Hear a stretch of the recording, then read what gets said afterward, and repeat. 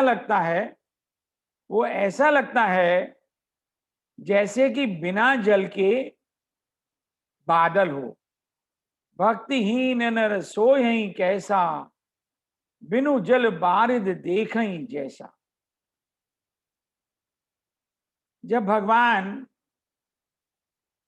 शबरी जी से मिलने गए हैं, तो शबरी जी के माध्यम से प्रभु ने जगत को भक्ति का संदेश दिया। नवधा भक्ति कयहूँ तो ही माई, सावधान सुनु धर्मन माही। भगवान कहते हैं कि मैं तुम्हें नवधा भक्ति कहने वाला हूं, और सुनो। और कैसे सुनो? सावधान होकर सुनो। और कहां रखो मेरी बात को? मन में रखो। एक कान से सुनकर दूसरे कान से निकालो मत, इसको अपने मन में धारण करो। जब शबरी जी रोने लगी और कहने लगी कि प्रभु के ही विधि स्तुति करहूं तुम्हारी, मैं तो किस प्रकार से आपकी स्तुति करूं? मैं नारी अधम, अधम ते अधम जड़ मति हारी। मैं एक तो नारी हूं, दूसरी अधम हूं, भील जाति की हूं, और मंद बुद्धि हूं। मुझे तो आपकी भक्ति भी करने नहीं आती, इसलिए मैं रो रही हूं। तो प्रभु क्या बोले? प्रभु बोले, नहीं नहीं शबरी जी ने। प्रभु ने शबरी जी के दोनों गालों को, मैंने मुख को पकड़ लिया और बोले, नहीं नहीं शबरी जी नहीं, आपके मुख से ये भाषा शोभा नहीं देती। क्यों शोभा नहीं देती? क्योंकि ये 10 चीजें जिनसे मनुष्य संसार में उत्कर्ष पाता है, मैं उनकी तरफ देखता भी नहीं। कौन सी 10 चीजें प्रभु ने बताई? प्रभु अपने मुख से स्वयं बोले, जाति पाति कुल धर्म बढ़ाई, धन बल परिजन गुण चतुराई। कौन किस जाति का है, कौन किस पाति का है, किस कुल का है, किस धर्म का है, कितनी उसकी बड़ाई है, कितना वो धनवान है, कितना बलवान है, कितने उसके संपर्क हैं, कितने उसमें गुण हैं, कितना वो चतुर है। संसार में तो ये 10 चीजें लेकर व्यक्ति बड़ा बन सकता है, और संसार में किसी के पास ये चीजें हों तो संसार उसको मान भी देता है, सम्मान भी देता है। लेकिन प्रभु कहते हैं कि किसी के पास ये सब चीजें हों लेकिन उसमें भक्ति ना हो, तो वो व्यक्ति वैसा ही शोभाहीन है जैसा कि जल के बिना बादल। एक कथा है घनानंद जी शाह महाराज की। घनानंद जी शाह महाराज बहुत बड़े गायक थे। इनकी चर्चा बालकों को पाठ्यक्रम में पढ़ाई जाती है, इनके बारे में ज्ञान दिया जाता है। बहुत बड़े कृष्ण भक्त हुए हैं, इनकी कविताएं प्रचलित हैं। घनानंद जी शाह महाराज शुरू से कोई बहुत पॉपुलर नहीं थे। गायक तो बहुत बड़े थे, लेकिन मोहम्मद शाह रंगीले के दरबार में गायक का काम करते। एक बार मोहम्मद शाह रंगीले से मिलने के लिए कोई बहुत उनके मित्र, परम मित्र आए। और जब कोई परम मित्र आते हैं तो राजा ये कहता है, भाई जो भी हमारे यहाँ गायक हैं, नर्तकी है, वो नृत्य करें, इनका मनोरंजन करें, गायिका गायन करें। तो उन्होंने घनानंद जी शाह को कहा, भाई आप कोई गीत सुना दी। और घनानंद जी शाह ने मना कर, आज हमारा मूड नहीं। बड़ा विचित्र संयोग हो गया। आफ्टर ऑल राजा है, राजा का अपमान हो गया। और उस वक्त जो मंत्री था वहां पर, वो ये जानता था कि घनानंद जी जो है, सुजान नाम की एक युवती है जो नर्तकी है, उससे मन ही मन प्रेम करती। तो मंत्री ने राजा के कान में कहा, महाराज अगर सुजान कह देगी तो घनानंद गा देंगे। राजा ने सुजान को कहा, और सुजान ने जो है घनानंद जी को कहा कि गा दीजिए ना, और सुना, ये सुन करके जो है घनानंद जी ने गीत गा दिया। सभा का समापन हुआ और जैसा कि आशा थी कि राजा को बड़ा क्रोध आया, अहंकार पे चोट पहुंची, हमें मना कर दिया, हमारे यहाँ का नौकर। और राजा ने कहा कि अगर तू बहुत बड़ा गायक ना होता तो आज मैं तेरा सर कलम कर देता, निकल जा हमारे राज्य से। धनानंद जी को बड़ा अपमानित हुआ, लेकिन राजा तो राजा होता है, राजा का आदेश होता है, चाहे कितने भी गुण हो। और जब घनानंद चलने लगे तो उन्होंने सुजान को इशारा किया कि चलो तुम भी साथ चलो। सुजान ने मना कर दिया कि मैं नहीं जाती। घनानंद जी को बड़ा गहरा आघात लगा, सब कुछ छोड़ छाड़ करके वृंदावन चले और वहां पर ब्रज भाषा में बहुत सारी कविताएं लिखी, बहुत सारे गीत गाए। ब्रज के अंदर बहुत ख्याति हो गई। वृंदावन में बहुत बड़े संत बने और इतने बड़े संत बने कि इनकी कविताएं पाठ्यक्रमों में पढ़ाई जाने लगी, बच्चों को इनका ज्ञान दिया जाने लगा। तो दर्शन की बात यह है कि गुणों का सम्मान संसार केवल मित्रता में ही नहीं करता, गुणों का सम्मान दुश्मनी में भी किया जाता है। दूसरे दर्शन की बात यह है, जब घनानंद जी राजा के यहां नौकर थे तो कहां तक थी उनकी ख्याति? राज्य की सीमा तक, ज्यादा से ज्यादा राज्य के मित्रों को।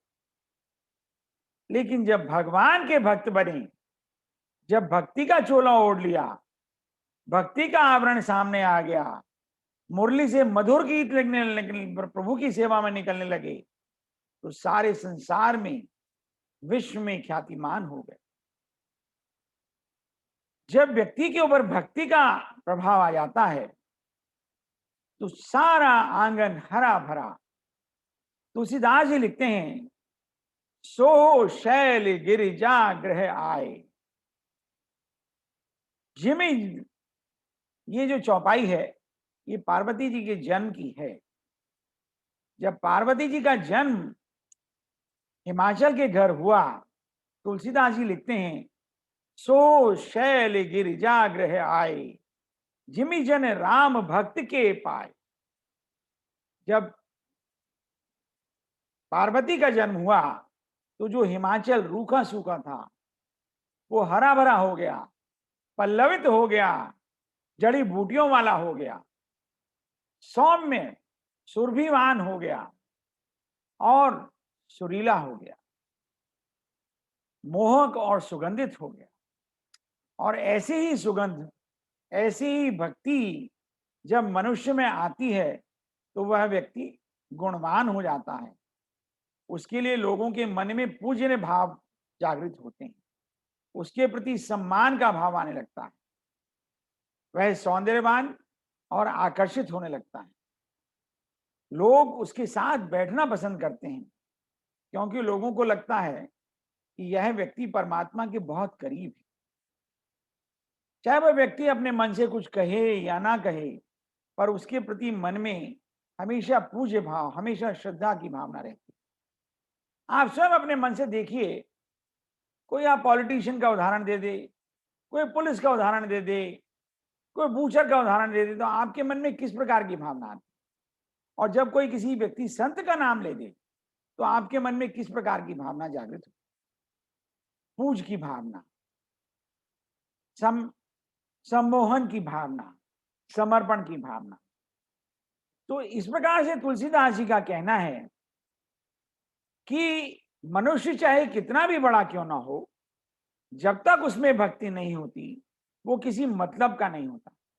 चाहे वो राजा का हो, चाहे बहुत बड़ा धनवान हो, चाहे गुणवान हो, तुलसीदास जी ने अपनी कवितावली में लिखा है, झूमत द्वार अनेक मतंग, जंजीर जड़े मद अम्बु चुचाते, तीखे तुरंग मनोगति चंचल, पौन के गौनहु ते बढ़ी जाते, भीतर चंद्रमुखी अवलोकती, बाहर भूप खरे न समाते, ऐसे भय तो कहा तुलसी, जो पे जानकी नाथ के रंग नराते। द्वार पर बड़े बड़े झूमर लगे हुए हैं, रत्न जड़ित बड़े बड़ी महल खड़े हैं, जो आकाश की गगन चुंबी इमारतें हैं। बाहर इतना वैभव है और अंदर कामिनी चंद्रमुखी खड़ी है। बाहर राजा खड़े हैं हाथ जोड़े हुए। क्या हुआ अगर इतने बड़े हुए? जब तक मन में प्रभु राम की भक्ति नहीं है, जब तक कोई फायदा नहीं। भगवान के भजन में जो रमा नहीं, वो सब व्यर्थ है। तुलसीदास जी आगे लिखते हैं,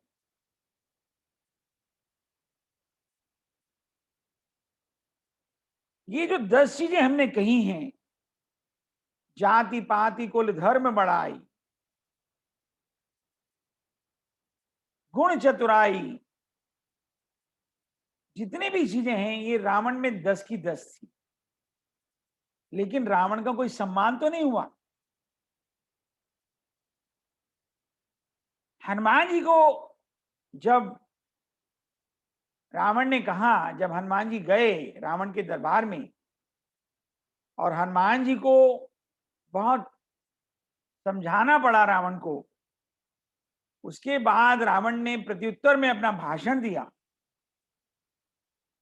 तो रावण ज्ञानी तो बहुत था, शास्त्रज्ञ भी था, बहुत समझदार भी था। तो रावण को यह लगा कि शायद हनुमान जी उसके भाषण से प्रभावित हो, और उसने हनुमान जी से पूछा, क्यों भाई, ये बताओ हमारा भाषण कैसा लगा, हमारे भाषण का तुम पर क्या असर हुआ?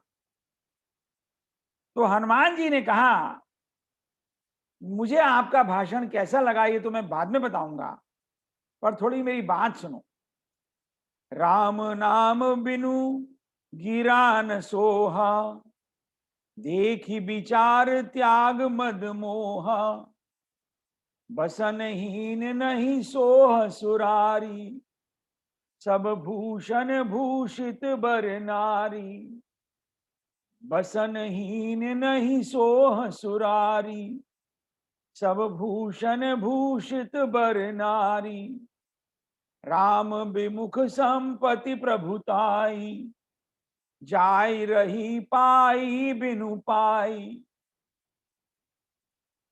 रावण को हनुमान जी ने कहा, अरे रावण, एक सुरारी यानी कि देव स्त्री, सुंदर स्त्री, ऊपर से नीचे तक रत्न जड़ित आभूषणों से लदी हुई हो,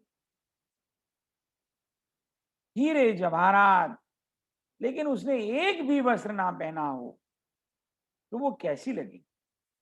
अरे कोई सभ्य पुरुष लज्जा के मारे अपनी आंखें फेर लेगा। इसी प्रकार रावण, तेरा जो ज्ञान है, ये वैभव है, ये माया है, ये शक्ति है, ये सब बेकार है, क्योंकि तेरे में राम भक्ति नहीं। शक्ति तो है लेकिन राम भक्ति नहीं, और यही कारण है कि तेरी कोई सुनने को तैयार नहीं। सब तुझे फटकारते रहते हैं, और तो और तेरी पत्नी तेरी नहीं सुनना चाहती, तेरा पुत्र तेरी बात नहीं सुनना चाहता। और यही नहीं, तेरा ही हाल नहीं है, लंका के सारे वासियों का यही हाल। और इसीलिए शायद हनुमान जी ने लंका को जला दिया। एक बार हनुमान जी से किसी ने पूछ लिया, ज्ञान नाम अग्रणम, आप तो बहुत ज्ञानी हैं, बहुत दयावान हैं और आपने लंका को जला दिया, लंका के सारे लोगों को जला दिया। ये आपने क्या किया? तो हनुमान जी ने कहा कि देखो भाई, आपको ही हो सकता है ये आतताई कार्य लगता हो, लेकिन मेरे हिसाब से ये आतताई कार्य बिल्कुल नहीं। आप एक बात बताइए कि अगर कहीं लाशें ही लाशें पड़ी हो तो उनका दाह संस्कार करना ये पुण्य का काम है या पाप का कृत्य है? जब मैंने लंका में घर घर जाकर के रात को शोध किया, मंदिर मंदिर प्रतिकर शोधा, देखे जहां तहां अगणित योधा, मंदिर मैंने दीखी बह देही। जब मैं रात को घर घर में गया और मैंने घर घर में बहुत सारे मंदिर देखे, मंदिर तो बहुत थे, मंदिर के स्वरूप के घर बहुत थे, लेकिन किसी भी घर में वैदेही नहीं। वैदेही माने भक्ति। भक्ति जिस घर में नहीं है वह एक मंदिर नहीं है, वह तो घर भी नहीं है। और मेरा तो सिद्धांत है, जिन हरि भक्ति हृदय नहीं आनी, जिन हरि भक्ति हृदय नहीं आनी, जीवित शब समान ते ही प्राणी। जिनमें भक्ति नहीं है वो जीवित शव, सब लोग वो जीवित भी शव के समान है।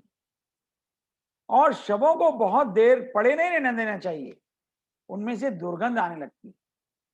अतः उन सबका दाह संस्कार करना ही पूर्णतः उचित कार्य था। अगर इन सब का जल्दी संस्कार ना किया जाता तो ये सब दुर्गंध देने लगते। और देखो भाई, मैं तो बानर हूं, मेरे बस की और बहुत सारे पुण्य कर्म करना तो नहीं है, चंचल हूं। मैंने तो ये सोचा कि क्यों ना इनका दाह संस्कार करके ही पुण्य का काम कमा लिया जाए। अतः इनका दाह संस्कार करने वाला भी यहाँ कोई नहीं है, इसलिए मैंने इन सबका सामूहिक संस्कार कर दिया। अब आप बताइए कि मैंने पुण्य किया या पाप किया? हनुमान जी ने जो किया सो किया। हम अपने स्वयं को देखें कि हम शव हैं या हम शिव हैं। हम देखें ना देखें, भगवान हनुमान जी तो सबको देख रहे हैं। भक्ति के बिना रावण की कैसी दुर्दशा हुई सबने देखी। उसके बाद जब युद्ध हुआ, उसके पहले भी रावण को लताड़ पड़ी और युद्ध के बाद भी जब रावण की लाश युद्ध स्थल पर पड़ी हुई थी तो मंदोदरी विलाप कर रही। मंदोदरी बोल बोलकर रावण को प्रताड़ित करते रही, रो भी रही थी क्योंकि सुहाग चला गया और प्रताड़ित भी करती जा रही थी। तुमने मेरी एक नहीं सुनी। एक समय था जब पृथ्वी डगमगाती थी, तुम्हारे चलते हुए पृथ्वी हिलने लगती थी, तुम्हारे सामने सूर्य और चंद्रमा तेज ही नजर आते थे, तुम्हारा तेज इतना प्रखर था, कोई देवता साहस नहीं करता था तुम्हारा सामने करने। लेकिन तुम्हारी आज क्या दशा हो गई? भुजबल जितेऊ काल की साई, आज परेऊ अनाथ की नाई। आज तुम अनाथ की तरह यहां पड़े हो। कोई पुत्र नहीं, कोई पौत्र नहीं, कोई तुम्हें रोने वाला नहीं। अब तब सिर भुज चंबुक खाई।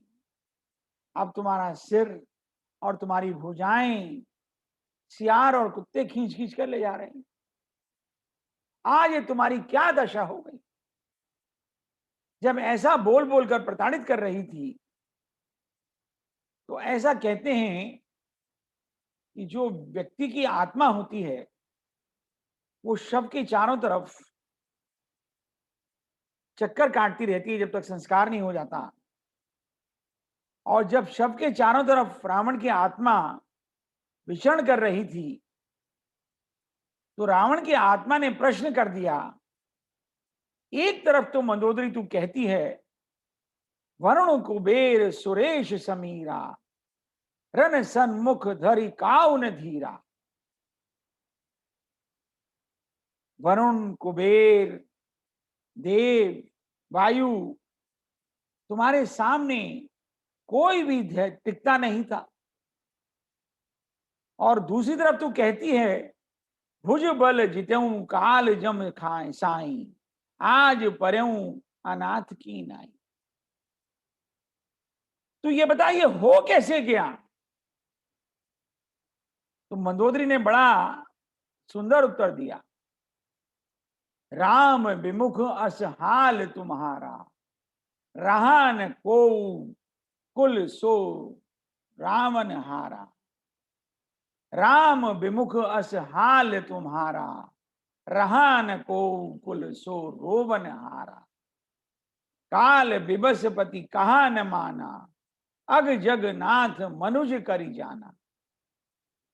जब मैं कहती थी कि जानकी जी को वापस कर दो, राम जी को भज लो, पर तुम नहीं माने। राम विमुख अस हाल तुम्हारा, रहा न को रोवन हारा। राम के विमुख होने से तुम्हारा ये हाल हो गया। आज तुम्हें कोई रोने वाला पुत्र पौत्र भी नहीं। एक विभीषण है, वो भी रामादल में है। जो राम विमुख होता है उसे कोई रोने वाला भी नहीं रहता। रोने वाले से मतलब कोई याद करने वाला नहीं रहता। आप स्वयं देखिए, पड़ोस में कोई मरता है, कितने दिन लोग उसको याद करते, बस मुंह दिखाई के लिए जाते हैं और शमशान में बैठ करके भी वही घर के चर्चे, संसार की बातें, मृतक की बुराइयां, और फिर आकर के सब अपने काम में लग जाते हैं। इसलिए तुलसीदास जी ने कहा है, जो राम की भक्ति करता है वही ज्ञानी है और वही गुणी है। ये जो 10 बातें इन्होंने बताई, धन बल चतुराई, गुण धन बल चतुराई, ये सब वास्तव में गुण नहीं है। सोई सर्वज्ञ गुणी सोई ज्ञाता, सोई सर्वज्ञ गुणी सोई ज्ञाता, सोई महिमा मंडित पंडित गाता, धर्म परायण सोई कुल त्राता। तुलसीदास जी का कहना है कि वास्तव में गुणी व्यक्ति वही है जिसमें राम भक्ति है। राम चरण जाकर मन राखा, धर्म परायण सोई कुल त्राता। जिसके मन में राम के प्रति भक्ति है, राम चरणों में जिसका प्रेम है, वही अपने कुल की रक्षा करने वाला है। और उसी के कुल के लोग, उसी को संसार बहुत समय तक याद रखेगा। तुलसीदास जी का कहना है कि एक भक्त अगर सारे कुल में हो जाए, कुलम पवित्रम जननी कृतार्था, वसुंधरा पुण्यपति च तेन, सर्वज्ञ ऋषिताय पित्रोच धन्या, ये शाम ग्रहे वैष्णव नाम धैयम। एक भक्त के कुल में आने से कुल पवित्र हो जाता है। पूरा कुल, कई पीढ़ियां पवित्र हो जाती हैं। जननी कृतार्थम, भक्त के कारण माता जननी अपने आप को कृतार्थ अनुभव करती है कि जिसको जन्म दिया, जिसने मेरी कोख से जन्म लिया, हे विधाता तुम धन्य हो कि आपने मेरी कोख से इतने सुंदर भक्त को जन्म दिया, जिसने अपनी और मेरी दोनों की कीर्ति को संसार में फैला दिया, मधुर बना दिया। केवल कुल पवित्र नहीं होता, केवल माता ही कृतार्थ महसूस नहीं करती, वह वसुंधरा पुण्यवती, वसुंधरा पुण्यवती चैती। जहां भक्त का जन्म होता है वह धरती पुण्यवती हो जाती है, वह स्थान तीर्थ बन जाता है। लोग वहां आकर के प्रणाम करते हैं, साष्टांग करते हैं, उसका दर्शन करते हैं। केवल इस संसार में माता धरती कुल पवित्र नहीं होता, लेकिन स्वर्ग में स्थित रहने वाले पितृ भी अपने आप को धन्य महसूस करते हैं। स्वर्ग स्थिताय पितरोच धन्या। स्वर्ग में बैठे बैठे पितृ भी धन्य होते हैं, पुष्प वर्षा करते हैं, आशीर्वाद की वर्षा करते हैं और परमात्मा का धन्यवाद करते हैं कि हमारे कुल में, हमारे घर में, हमारे पड़ोस में ऐसा भक्त पैदा हुआ। हम सब पुरुषार्थ करते हैं और पुरुषार्थ में जो पुरुषार्थ है वो केवल 4 चीजों के लिए: धर्म, अर्थ, काम और मोक्ष। सारा जीवन जो है मनुष्य का 4 चीजों के लिए: धर्म के लिए, अर्थ के लिए, काम के लिए और मोक्ष के लिए। लेकिन आजकल का जो जीवन है उसमें पहला और चौथा खत्म हो गया, यानी कि धर्म और मोक्ष की पढ़ाई खत्म। रह गया केवल अर्थ और काम। या तो धन कमाइए या फिर कामना में लगी रही। धर्म चला गया जीवन की परिधि पर, धर्म चला गया जीवन के हाशिए पर। शिक्षा केवल धन कमाने का, वैभव पाने का रास्ता बन गई। हम सब लोग अपने पुत्र पुत्रियों को, संसार के अंदर अपनी संतानों को धन कमाने का रास्ता दिखाते हैं। छात्रावासों में छोड़ दिया जाता है जहां कोई धर्म की चर्चा नहीं हो। बच्चों को संस्कृति का ज्ञान नहीं, धर्म का भान नहीं, इसलिए धर्म साइड लाइन होता जा रहा है। और फिर हम रोते हैं कि हमारे बच्चों को संस्कृति का ज्ञान नहीं है, धर्म का ज्ञान नहीं है, उनको पूजा की विधि नहीं आती, उनको हमारे ग्रंथों के बारे में ज्ञान नहीं है। धर्म चला जा रहा है मंदिरों में, धर्म जा रहा है उत्सवों में, धर्म रह गया मेलों में, धर्म रह गया रामलीलाओं में, धर्म रह गया कुंभ तक सीमित, गंगा के घाटों पर सम्मेलनों में, और एक आधी बार अपने घर में सत्यनारायण की कथा कर ली। धर्म यहीं पर खत्म हो गया। कभी कभार मंदिर में हुआ है, तिलक लगा लिया। बच्चों को पढ़ाई से फुर्सत नहीं है, धर्म को छोड़ दिया बुढ़ापे के लिए। अरे बुढ़ापे में धर्म कहां से आएगा जब बच्चों को धर्म का ज्ञान ही नहीं होगा। यही कारण है कि आज दूसरे धर्म हिंदू धर्म के ऊपर प्रभावी होते जा रहे हैं और आचरण से धर्म पूर्णतः या आंशिकतः समाप्त होता जा रहा है। स्नेह नहीं, आदर नहीं, संवेदना नहीं। मोक्ष चला गया कथाओं में। आजकल किसी से जो भी संपर्क है, जो भी कांटेक्ट बनता है, जो हम बनाते हैं या हमसे कोई बनाता है, वो केवल या तो धन के लिए या भविष्य में धन की कामना के लिए या किसी और कामना के लिए। हम गरीब आदमी से संपर्क कहां बनाना चाहते, लेकिन प्रभु इन सब चीजों को नहीं देखते। हमारे समाज में बढ़ते हुए अपराधों के प्रति केवल यही काम है, चाहे वो अपराधी कोई भी हो, कोई बहुत बड़ा व्यक्ति हो, पॉलिटिशियन हो या कोई छोटा अपराधी हो, अपराध की प्रति के पीछे केवल 2 चीजें: धर्म या सेक्स। जब मनुष्य में धर्म की आंख का विवेक रहता है तो भाई गलत काम करने से बचा रहता है। हम अपनी संतति को अपने संसार के अंदर थोड़ा बहुत धर्म की शिक्षा अगर दे सकें तो मैं समझता हूं कि ये जो बहुत सारे अपराध हो रहे हैं इनके अंदर थोड़ी बहुत लगाम जरूर लग पाए। लेकिन जैसे जैसे आंख में धर्म का विवेक समाप्त हो रहा है, अधर्म और अपराध दोनों बढ़ते जा रहे हैं। अगर धर्म की मर्यादा के अंदर धन कमाया जाए अर्थ कमाया जाए तो उसकी प्राप्ति मोक्ष की ओर ले जाती। भीतर की भावना, भक्ति का आह्वान मनुष्य को धर्म और मोक्ष दोनों से जोड़कर रखता है।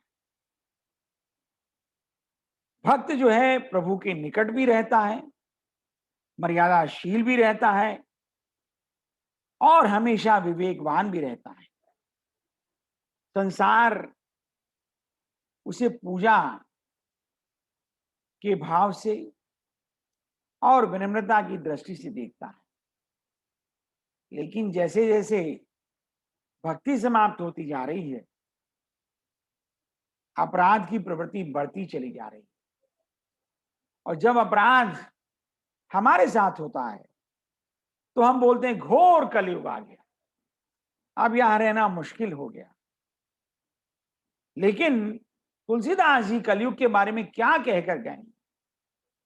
कलयुग सम नहीं आन जुग, जो नर कर विश्वास, गाय राम गुण गण विमल, भव तर बिनहि प्रयास। कितना सरल है कलयुग। कलयुग सम नहीं आन युग, कलयुग जैसा युग नहीं आएगा। लेकिन मनुष्य विश्वास तो करे।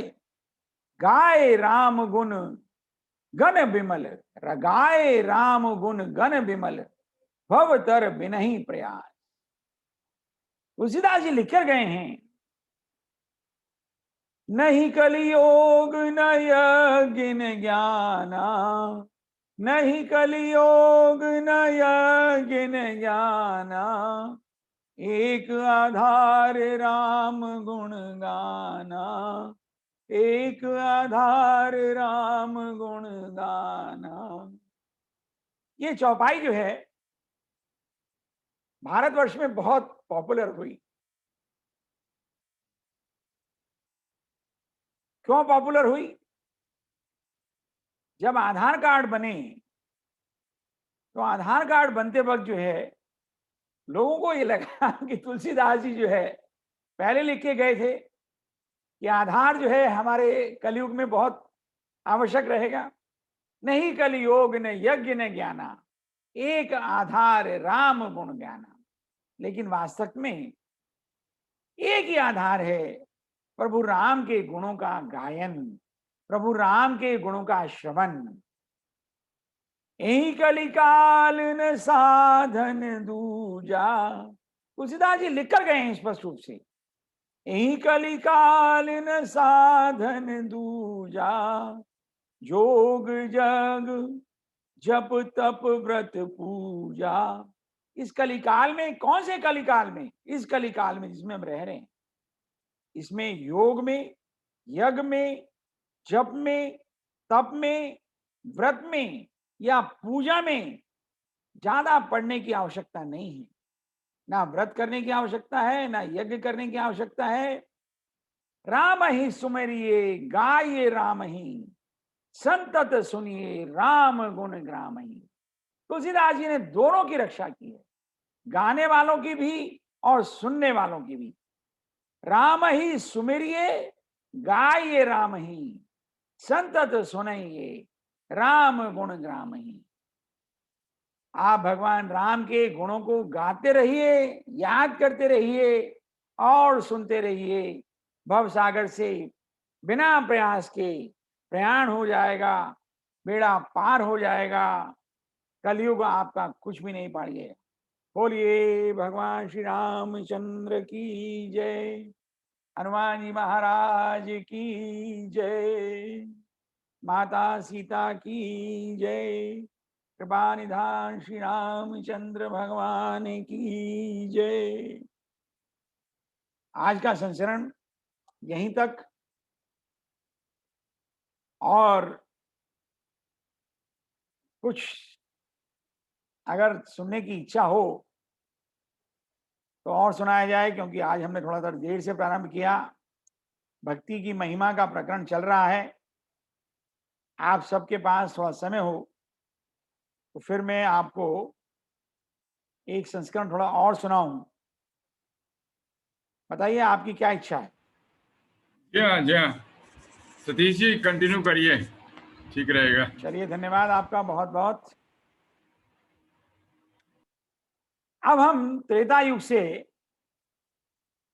सतयुग में चलते हैं।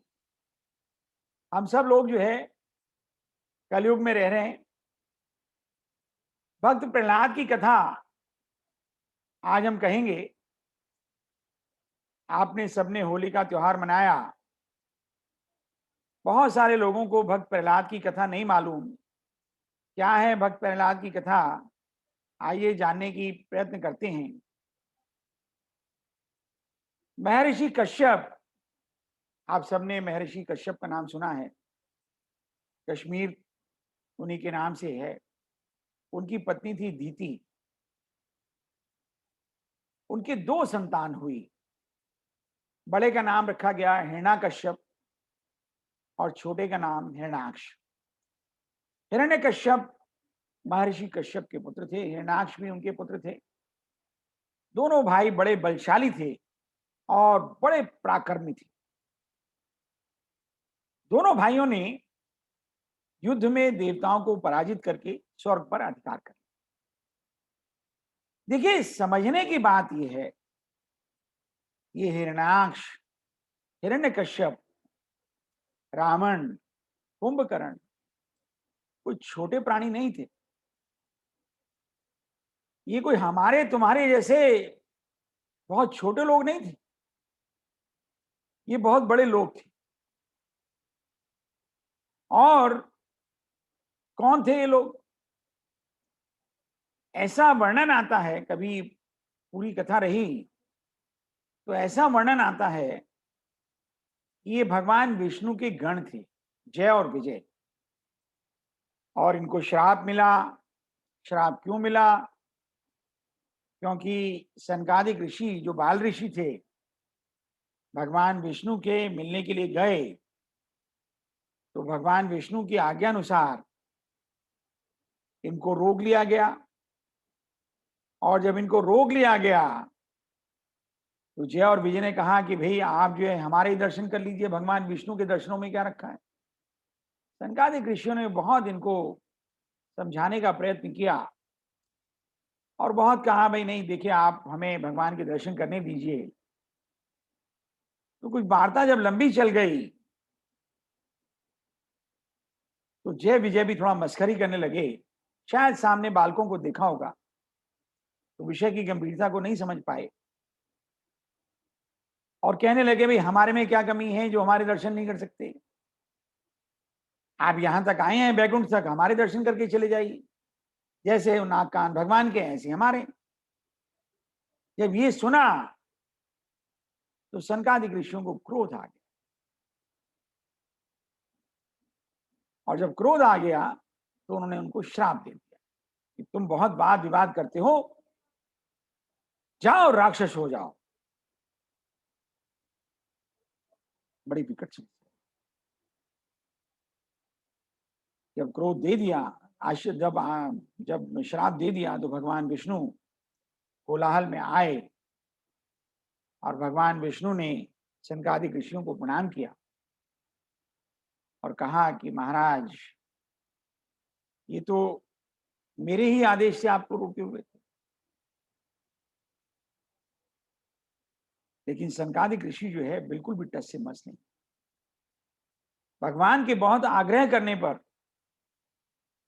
उन्होंने श्राप को वापस तो नहीं लिया, लेकिन श्राप में थोड़ा संशोधन करने के लिए तैयार हो गए।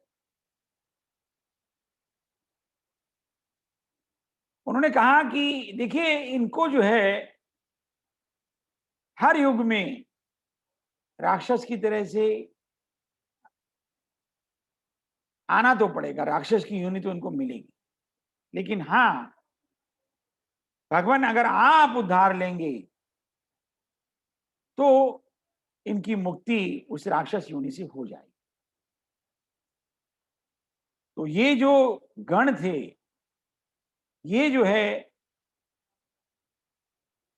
सतयुग में हिरण्याक्ष और हिरण्याकश्यप के रूप में जन्मे।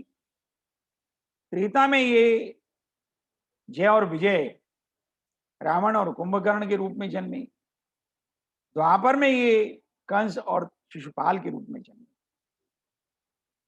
और तीनों युगों में भगवान ने भिन्न भिन्न अवतार लेकर के इनको समाप्त किया। आज हम सतयुग की कथा में देख रहे हैं कि हिरण्याक्ष और हिरण्याकश्यप बहुत बलशाली, इतने बलशाली कि इन्होंने युद्ध करके देवताओं को पराजित करके स्वर्ग पर अपना एकाधिकार कर लिया। और हिरण्याक्ष ने पृथ्वी को ले जाकर रसातल में छिपा दिया। तब भगवान विष्णु ने 12 अवतार लेकर पृथ्वी की रक्षा के लिए हिरण्याक्ष का वध किया। दोनों भाइयों में बड़ा प्रगाढ़ प्रेम था। अपने भाई हिरण्याक्ष के वध से दुखी होकर हिरण्यकश्यप ने राज्य को छोड़कर स्वयं महेंद्राचल पर्वत पर जाकर भगवान ब्रह्मा की तपस्या की। देखिए, जितने भी वरदान मिले हैं आज तक सब देवताओं से मिले। आपने कहीं ये नहीं सुना होगा किसी दैत्य ने किसी को वरदान दिया। दैत्यों के पास वैभव, शक्ति, बहुत कुछ, लेकिन वरदान देने की शक्ति केवल देवताओं के पास, प्रभु के पास, भगवान के पास। और अफसोस की बात यह कि देवताओं की इस शक्ति का दुरुपयोग करके इन सब ने देवताओं को पराजित किया। जब हिरण्याकश्यप महेंद्राचल पर्वत पर चला गया तो देवताओं ने देखा कि जो राजा है वह तो महेंद्राचल पर्वत पर तपस्या में लीन है और देवताओं को तो अपना राज्य चाहिए था। तो उन्होंने दैत्यों पर आक्रमण करके उस राज्य को पुनर्स्थापित कर लिया। देवराज इंद्र जो है हिरण्याकश्यप के महल में प्रवेश कर गए और उनकी पत्नी जो कयाधु था, कयाधु नाम था पत्नी का, उसको बंदी बना लिया। लेकिन उस वक्त जो है कयाधु गर्भवती थी और इंद्र उसको अपने साथ लेकर अमरावती की ओर चलने लगे। घटना घटित हो गई। क्या घटना घटित हो गई? जैसा कि हमेशा इस तरह की घटनाओं में नारद जी की एंट्री होती। रास्ते में देव ऋषि नारद से उनकी भेंट हो। नारद जी ने पूछा, इंद्र, देवराज, कहां ले जा रहे हो उसको? इंद्र ने कहा, देवऋषि, इसके गर्भ में हिरण्याकश्यप का अंश है। मैं इसे जब ये पैदा होगा तो उसको मार कर मैं इसको छोड़ दूंगा। यह सुनकर नारद जी ने कहा, अरे देवराज, इसके गर्भ में बहुत बड़ा भगवत भक्त है जिसको मारना तुम्हारी शक्ति के बाहर है, इसे छोड़ दो। और नारद जी का कथन सुनकर उनका मान रखते हुए इंद्र ने कयाधु को छोड़ दिया। और कयाधु जो है, जो हिरण्याकश्यप की पत्नी थी, वो नारद जी के साथ अपने आश्रम पे चली, नारद जी के आश्रम पर चली गई। और यहां नारद जी ने जो है कयाधु को बहुत भगवत कथाएं सुनाई। और इन सब भगवत कथाओं का जो गर्भ में शिशु पल रहा था, इन प्रवचनों का उस शिशु के ऊपर भी गहरा प्रभाव पड़ा। देखिए, हमारे भारतवर्ष में एक प्रचलन है, जब गर्भ में शिशु होता है तो माताएं जो है भगवत कथा सुनती हैं, प्रभु का नाम लेती हैं, वीर पुरुषों की गाथाएं सुनती हैं। क्योंकि हमारे यहाँ इस प्रकार का दृढ़ विश्वास है कि माता जिस प्रकार के चित्र देखती है जिस प्रकार के मन में विचार रखती है, उसी प्रकार का जो मन है, उसी प्रकार की धारणा लेकर संतान पैदा होती है। और उधर जो है कयाधु ने एक पुत्र को जन्म दिया, जिसका नाम रखा गया प्रहलाद।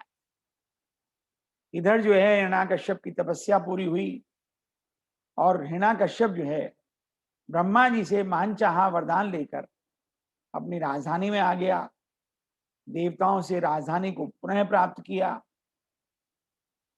और जब कयाधु को यह पता चला कि उसके पति जो है अपने राज्य में दोबारा पहुंच गए हैं, तो वह भी प्रहलाद को लेकर के नारद जी के आश्रम से अपने राजमहल में आ गए। अब देखिए आगे की लीला। जब प्रहलाद कुछ बड़े हुए तो हिरण्याकश्यप ने उनकी शिक्षा की व्यवस्था करी और प्रहलाद जो है गुरु के सानिध्य में ही शिक्षा दीक्षा ग्रहण करने लगे। एक बार हिरण्याकश्यप जो है अपने राजमहल में अपने मंत्रियों के साथ बैठा हुआ था और उसी समय घटना देखिए, उसी समय प्रहलाद जो है अपने गुरु के साथ वहां आ गया। प्रहलाद ने जो है राजा को प्रणाम किया और राजा ने उसको अपने पुत्र को अपनी गोद में बिठाकर दुलार किया। और जैसा कि सभी लोग चाहते हैं, कहते हैं, पुत्र बताओ अब तक तुमने अध्ययन में क्या सीखा? तुम गुरुजी के पास रहते हो, गुरुकुल में तुम्हारा स्थान है, कुछ हमें भी बताओ, कुछ अच्छी अच्छी बातें हमें भी सिखाओ, हमें भी सुनाओ। तो प्रहलाद बोले, और क्या बोले? पिताजी अब तक जो मैंने सीखा है उसका सारांश मैं आपको सुना, सारांश की बात कर। प्रहलाद का कहना है जो आदि मध्य और अंत से रहित है, यानी कि जो अजन्मा है, जो अंतहीन है, जिसकी ना तो क्षय होती है और ना ही जिसका विस्तार होता है, जो शून्य भी नहीं है और सब में विराट भी है, उन्हीं श्री हरि को मैं प्रणाम करता हूं। श्री हरि माने विष्णु जी। और आपको मैंने अभी बताया था कि विष्णु जी ने जो है हिरण्याकश्यप के छोटे भाई हिरण्याक्ष का वध किया था और हिरण्याकश्यप का पुत्र हरि को प्रणाम करे। ओह, सुनते ही जो है हिरण्याकश्यप के नेत्र क्रोध से लाल लाल हो। अरे दुर्बुद्धि ब्राह्मण, गुरु को फटकारा, ये क्या करता है तू? तो मेरी अवज्ञा करके इस बालक को मेरे परम शत्रु विष्णु की स्तुति सिखाता है। और गुरु जो है वो तो राजा के नौकर चाकर हैं। उन्होंने कहा, नहीं महाराज, हे दैत्यराज, आप क्रोध ना करें, मैं आपके पुत्र को इस प्रकार की कोई बात नहीं सिखाता हूं। तो हिरण्याकश्यप ने पूछा, कौन सिखाता है? गुरु ने कहा, आप इनसे पूछ लीजिए। बेटा प्रहलाद, तुम बताओ, तुमको ये शिक्षा कौन देता है? तुम्हारे गुरुजी तो कहते हैं कि मैंने इस प्रकार की कोई शिक्षा नहीं दी। प्रहलाद बोले, गुरुजी सत्य कहते हैं पिताजी, मेरे तो हृदय में ही भगवान बैठे हैं और वो संपूर्ण जगत को उपदेश देते हैं और मुझे उनको छोड़कर कौन कुछ सिखा सकता? हिरण्याकश्यप का क्रोध और बढ़ गया। अरे मूर्ख, जिस विष्णु का तू बार बार ज्ञान कर रहा है वह मेरे सामने है कौन? मेरे रहते हुए तुम किसी और को परमेश्वर कैसे कह सकते? शायद लगता है तेरा काल भी सामने आ गया है। बार बार जो है प्रहलाद को हिरण्याकश्यप ने समझाया, लेकिन प्रहलाद के मन से भक्ति और श्रद्धा भाव हरि के प्रति कम नहीं हुआ। इस प्रकार बहुत जब क्रोध बढ़ गया तो हिरण्यकश्यप ने अपने पुत्र को वध करने का आदेश दे दिया।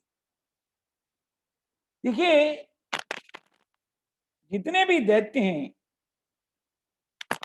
उनके लिए पुत्र पुत्री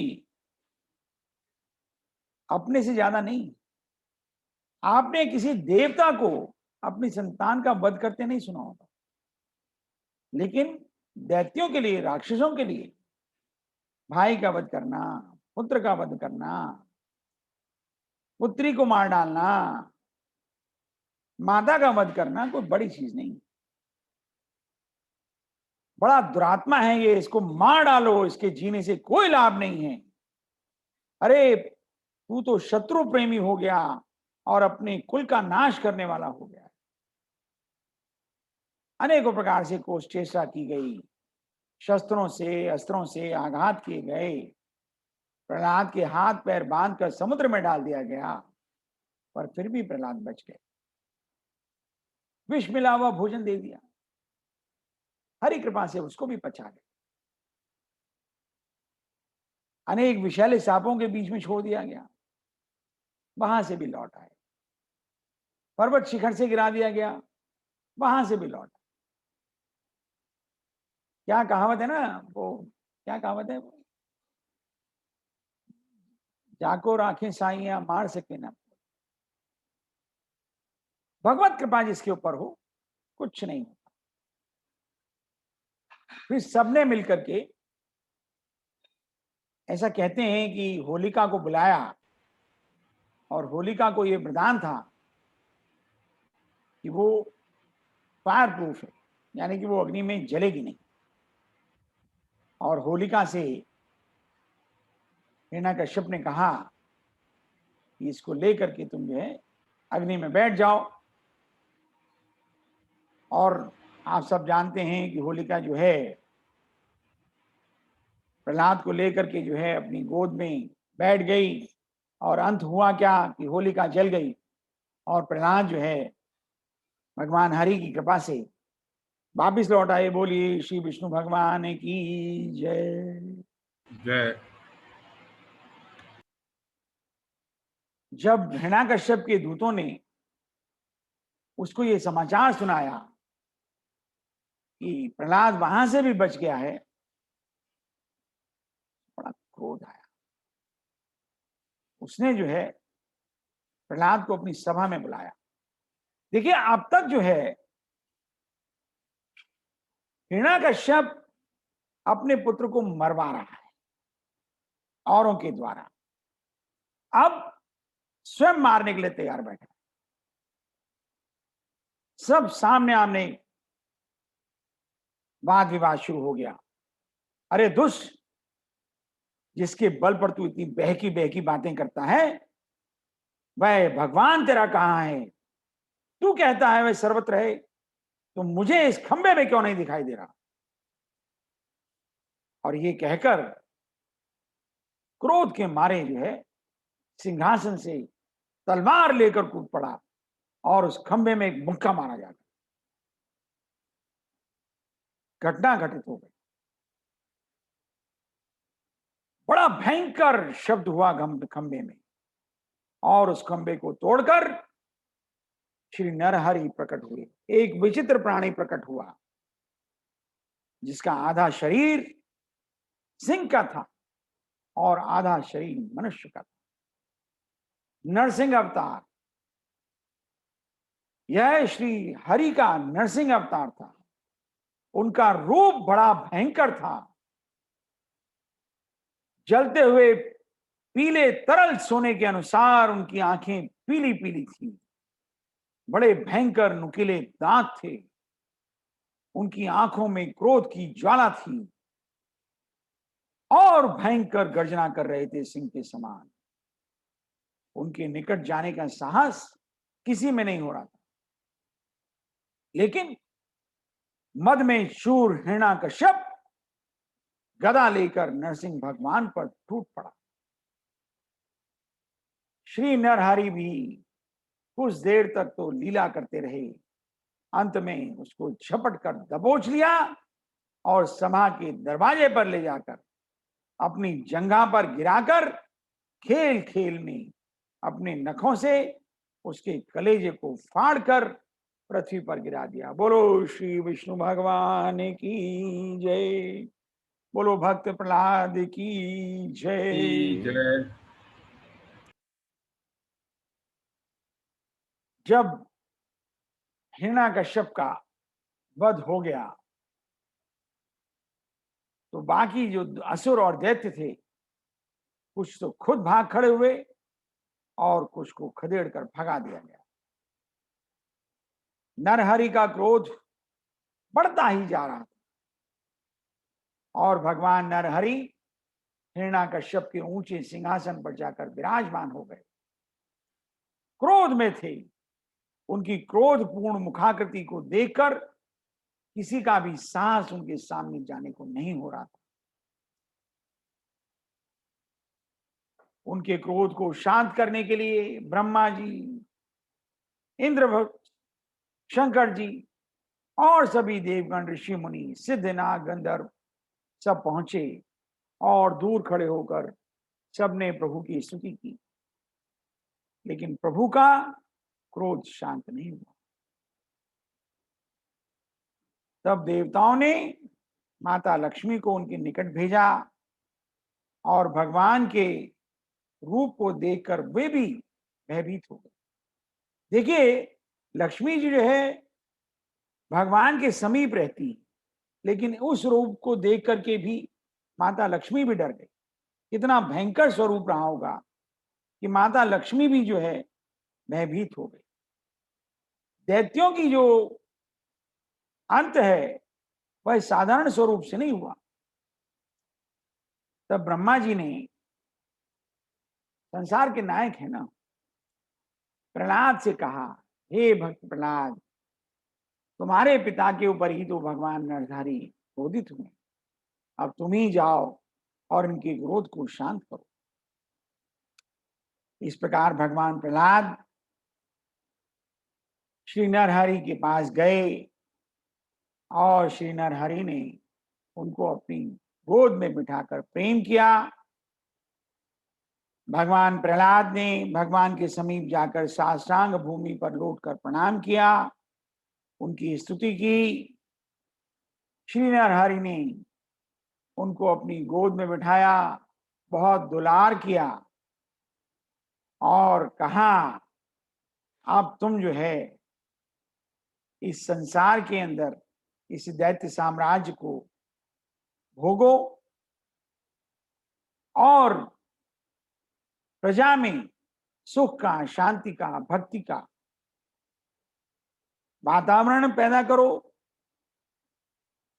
एक मनवंतर तक मेरी प्रसन्नता के लिए इस लोक के सभी भोगों को स्वीकार करो और उसके बाद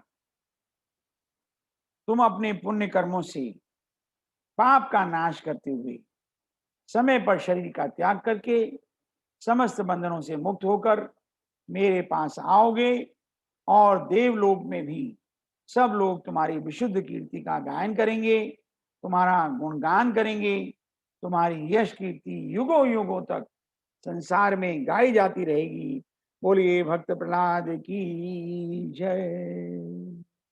बोलिए विष्णु भगवान की जय। इस प्रकार वर दे करके नरहरि जो है अंतर ध्यान हो गए। जो लोग इस कथा को सुनते हैं, सुनाते हैं, भगवान विष्णु हमेशा उस पर प्रसन्न रहते हैं और उसको मनोवांछित फल देते हैं। अतः आशा करते हैं कि आप सबके लिए कथा लाभदायक होगी। आप सबका बहुत बहुत धन्यवाद।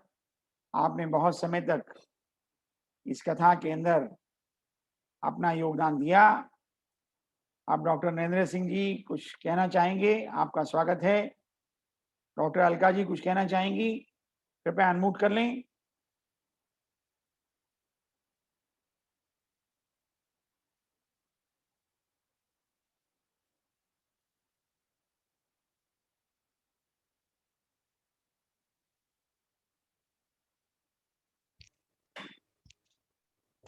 बहुत ही अच्छा था सतीश, एज यूजुअल।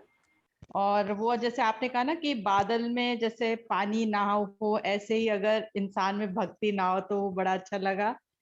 और फिर आपने बताया कि मतलब जात पात, कुल, धर्म, धन, बल, गुण, चतुरता, मान और ज्ञान, ये अरे वाह, सारी चीजें भगवान को नहीं चाहिए। केवल भक्ति चाहिए। और जब भक्ति आ जाती है तो इंसान बड़ा रिस्पेक्टफुल, मतलब सब उसका रिस्पेक्ट करते हैं और वो गुणवान बन जाता है और सब उसके करीब रहना चाहते हैं, पूजनीय हो जाता है, उसमें विवेक भी भर जाता मतलब भर जाता है। और शव और शिव का बहुत अच्छा लगा। शव मतलब भक्ति के बिना इंसान शव है, और जब भक्ति है तो वो शिव है। तो बहुत दैट सुंदर। Was also very nice. और सबसे अच्छी बात थी कि जो चार पुरुषार्थ है, धर्म, अर्थ, काम और मोक्ष, तो हम धर्म और मोक्ष को तो भूल गए हैं और बस अर्थ और काम के पीछे ही भाग रहे हैं। तो यहाँ पे आई थिंक हम सब को सोचना चाहिए कि कैसे हम अपने हिंदू धर्म को बचा के रखें, अपने बच्चों में कैसे मतलब इसकी उत्सुकता बढ़ाएं कि वो लोग भी पढ़ें हमारे ग्रंथों को, ये आज की बहुत बड़ी नीड है। And I like the panel to discuss it more कि कैसे हम बढ़ावा दे सकते हैं। हमारी जो नेक्स्ट जनरेशन है, they should also know about our dharma. तो थैंक यू वेरी मच। बहुत सुंदर टिप्पणी। और मेरा मानना ये है कि घर में ये जो हम पठन पाठन पूजा करते हैं, ये बच्चों में एक अलार्म भरने जैसा है। जैसे हम घड़ी में अलार्म भर देते हैं ना, घड़ी उस वक्त नहीं बोलती, कुछ समय बाद बोलती। बीज डाल दीजिए पृथ्वी के अंदर, बीज पड़ा रहता है, उस वक्त पौधा नहीं मिलता। जब उसका सीजन आता है, जब उपयुक्त आर्द्रता होती है, उपयुक्त टेम्परेचर होता है, पौधा पल्लवित हो जाता है। ऐसे ही हम अपने घर में जो कुछ भी ये करते हैं, पूजा पाठ, धर्म चर्चा, भोग, कहीं ना कहीं बच्चों के मन में जरूर इसका प्रभाव जाता है। और मैं समझता हूं कि अपने बच्चों से अपने को पूजा करवानी चाहिए। मंदिर उनको कभी कभी तीर्थ पर, त्योहार पर अवश्य ले जाना चाहिए। उनके हाथ में जल का लोटा देना चाहिए।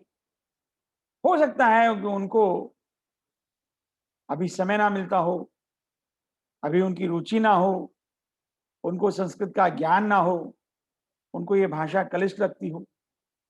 लेकिन अगर वो अपने माता पिता को ये सब करते हुए देखते हैं, तो इसका पुण्य प्रभाव कभी ना कभी जरूर पल्लवित होगा, फलित होगा और पितरों को भी धन्य करेगा। अलका जी, आपका बहुत बहुत धन्यवाद। आपने बहुत सुंदर टिप्पणी दी। डॉक्टर नरेंद्र कुछ कहना चाहते हैं। डॉक्टर नरेंद्र, आपका स्वागत। जय श्री राम।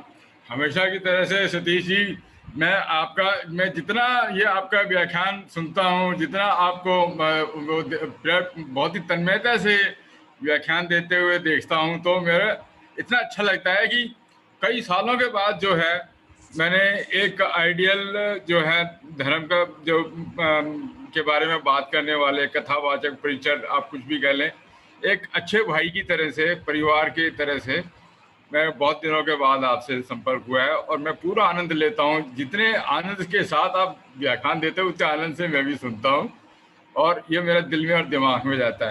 अच्छा, जहाँ तक धर्म की बात है, वो तो ये है कि आपने ठीक कहा कि जैसा हम घर में वातावरण रखेंगे, पूजा करेंगे, दीपक जलाएंगे, सुबह आरती करेंगे, शाम को संध्या आरती करेंगे, उसका बच्चे अगर दूसरे भी कमरे में हैं उनको बुला लेते हैं और हाथ धो करके उनको बोलते हैं बेटे यहाँ खड़े हो जाओ, घंटी बजाओ, कुछ तो भी पार्टिसिपेट करो, सिर्फ खड़े ही रहो हाथ जोड़ करके, अगर इतना टाइम नहीं है तो उतना ही उनके लिए काफ़ी है। और इसके अलावा बाकी के 8 घंटे जो वो स्कूल में रहते हैं, तो स्कूल में जैसे हम लोग छोटे थे बड़ी अच्छी प्रार्थना होती थी। फिर हमारे जो जो टेक्स्ट बुक थी, मैं तो एमपी में पढ़ा हूँ, ग्वालियर में, तो वहाँ पर टेक्स्ट बुक के अंदर वो ये सब होलिका दहन और इन सब चीज़ों का हमारे कहानी, हिंदी की किताब में कहानी, सामाजिक विज्ञान में कहानियाँ होती थी, अब मैंने सुना है कि वो धीरे-धीरे लुप्त होती जा रही हैं, पर अब शायद प्रेजेंट गवर्नमेंट वापस के आएंगी। कुछ डिस्कशन से वो वापस आएँगी वो सब चीज़ें। मैं ऐसी आशा रखता हूँ, क्योंकि जैसा हम ज्ञान स्कूल में देंगे, 8-9 घंटे बच्चे स्कूल में रहते हैं, उसका भी बड़ा फ़र्क पड़ता है। घर में तो रहते ही हैं 12 घंटे, पर स्कूल में भी जो 8 घंटे रहते हैं, उसका भी फ़र्क पड़ता है। तो सब मिला-जुलू करके जो है हमें धर्म में वातावरण रखेंगे, तो फिर नेचुरली वो अपनी लाइफ में ज़्यादा कर्तव्यशील रहेंगे, ज़्यादा धैर्यवान रहेंगे, स्ट्रेस फ्री रहेंगे, टेंशन में नहीं आएँगे ज़रा-ज़रा सी बात को लेकर के। और वो कोई एकदम से मन में वो ख़्याल आ जाता है कि भई वो फलानी कहानी थी, हमने सुनी थी, उसके अंदर ऐसा था, तो अपने आप फिर जो है वो धैर्यवान बन जाते हैं बालक। और बहुत वीरों की सुंदर, कहानियाँ सुनेंगे तो वीरवान बन जाते हैं, वीर बन जा बच्चे बन जाते हैं। बहुत तो सुंदर, ये तो बात बहुत ठीक है, हमें अगर धर्मशील बनाना है बच्चों को, तो घर में और स्कूल में दोनों जगह उसका वातावरण जो है उनको देना पड़ेगा, तभी वो बनेंगे। तो ये मेरा उसमें ये है, और मैं चाहता हूँ कि सारे बच्चे जो हैं हमारे धर्म के रुचि लें, धर्म कर्म में विश्वास रखें, तभी उनका जो है ना, और ऐसा कुछ नहीं है कि अगर वो धर्म में विश्वास रखेंगे तो कंप्यूटर में या मॉडर्न साइंस में वो नहीं ज्ञान होगा। हमारे कितने ही मैथमेटिशियन हैं, यूएस में कितने ही साइंटिस्ट हैं, डॉक्टर्स हैं, इंजीनियर्स हैं, जो कि बहुत धर्म कर्म है। मेरी डॉटर रहती है कैलिफोर्निया में, मैं जाता हूँ वहाँ पर, वो हर संडे को मंदिर में सारे फंक्शन अटेंड करते हैं, जितने ये टेकीज हैं, आईटी वाले लोग हैं, और बड़े प्यार से वो लोग 3-3 4-4 घर में प्रसाद बना के ले जाते हैं, वो मंदिर में प्रसाद डिस्ट्रीब्यूट कराते हैं अपने बच्चों से प्रसाद डिस्ट्रीब्यूट कराते हैं लोगों को, और सेवा करवाते हैं मंदिर में। तो वो सब चीज़ें जो है ना, अगर हम करवाएँगे, खुद करेंगे, बच्चों से करवाएँगे, तभी उनको भी धैर्यवान और अच्छी चीज़ें लाइफ में उनको सुनने को मिलेगी। तो मैं इसमें बिल्कुल आपके साथ में सहमत हूँ, और हमें ऐसा ही करना चाहिए।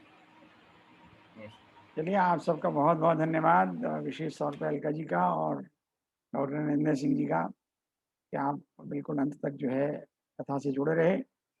थोड़ी-सी विनम्र प्रार्थना है कि और लोगों को भी जोड़ते रहें और इस ग्रुप को बड़ा बना के रखें। मैं और भी प्रयत्न करूँगा कि समय से पहले सब लोगों को इसके बारे में सूचना दे दिया करूँ।